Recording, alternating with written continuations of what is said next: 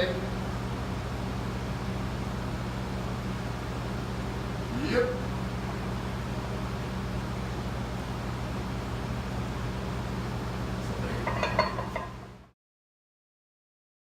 I want to talk to you today about one of the most overused, most misunderstood, and demonized words in the strength and conditioning industry. I want to talk to you about functional training. And then I'll share what my interpretation of functional training is. If you go to YouTube or Instagram and type in functional training, you'll pop up with all kinds of videos of people on BOSUs, physio balls, wobble boards, and all the things like this. I'm not really sure why that got termed functional training. I don't have anything against those tools. I actually use some of those tools as part of a training program to build stabilized muscles around joints, for rehabilitation, even use it sometimes for proprioception, so people start to understand their body awareness in space. It can be great for that. But as far as a functional training method, I would say it's one of the most or more unfunctional training methods you can give to an athlete. Why do I say that? Because every athlete I can think about is basically, it's all about throwing force into the ground on a stable surface, trying to explode into a jump, sprinting, turf, basketball courts, tennis courts.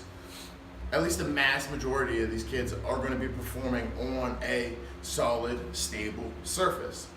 So for them to train functionally for what they need on an unbalanced surface by stabilizing their own body, to me, doesn't really make sense necessarily if functionality is your main goal.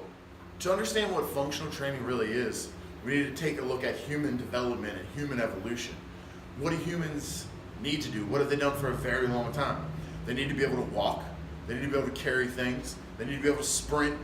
They need to be able to pick objects off the ground through variations of squatting and hinging. They need to be able to push and pull objects. This is going to be the base for functional training. These are the things that need to be trained. Even in sports performance, this is your base. Before you look at getting too overly sport specific, you need to lay down the foundation. You need to lay down that base. The kids with the highest relative strength levels are going to be the ones that are sprinting the fastest, jumping the highest, are displaying the best ability to change direction. Relative strength, lay down the foundation, and use a functional training approach. It's all way too long, bitch too bad. Gotta serve it, get his kid. Nice. I told you blow it up. So the issue isn't functional training. The issue is perception of functional training. Functional training is the base for sports performance training. It's just, is your training functional in relation to what those athletes or those clients need to do? All right? So program wisely, I hope this is helpful. Peace.